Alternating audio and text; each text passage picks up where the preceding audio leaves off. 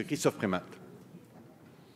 Monsieur le Président, Monsieur Larrivé, vous n'aimez pas trop le terme déontologie, puisque à chacune de vos interventions, vous revenez dessus faites rimer déontologie et prévention des conflits d'intérêts.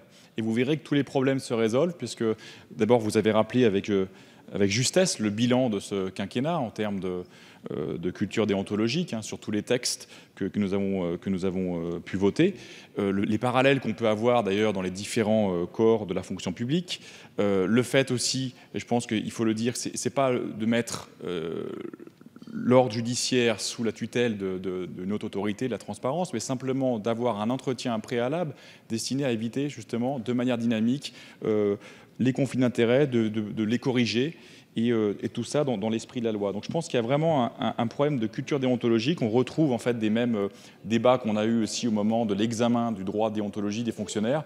En fin de compte, en vous suivant, il ne faudrait aucun contrôle. Il faudrait simplement avoir une sorte de gouvernement des sages. Et je pense que ce n'est pas l'esprit du tout de cette loi. Aussi une dernière chose, parce que finalement ça rejoint la question de la représentativité syndicale. On a pu aussi toucher d'autres aspects de cette question-là en commission défense, notamment avec la liberté syndicale et des militaires. Donc vous voyez que dans tous ces corps, on a une même cohérence dans la manière d'instaurer une culture déontologique. Et je m'en félicite.